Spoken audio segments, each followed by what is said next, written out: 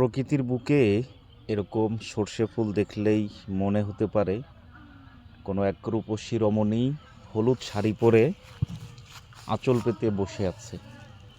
চারদিকে শুনশান নীরবতা। এত সুন্দর এক মনোরম পরিবেশে সন্ধ্যা যখন নামলো তখন যেন মনে হয় সময়টা এত তাড়াতাড়ি না গেলেও পারতো, আরও যদি কিছুক্ষণ এখানে থাকার সুযোগ পেতাম। এদিকে একটি মাত্রই সর্ষে ক্ষেত এখন পর্যন্ত, এবং এখনও পূর্ণাঙ্গভাবে সরিষার সৌন্দর্য ফুটে ওঠেনি। তারপরও যেন আকর্ষণ করছে বারবার এভাবে। কি মায়াবী এক পরন্ত বিকেল, তাই না?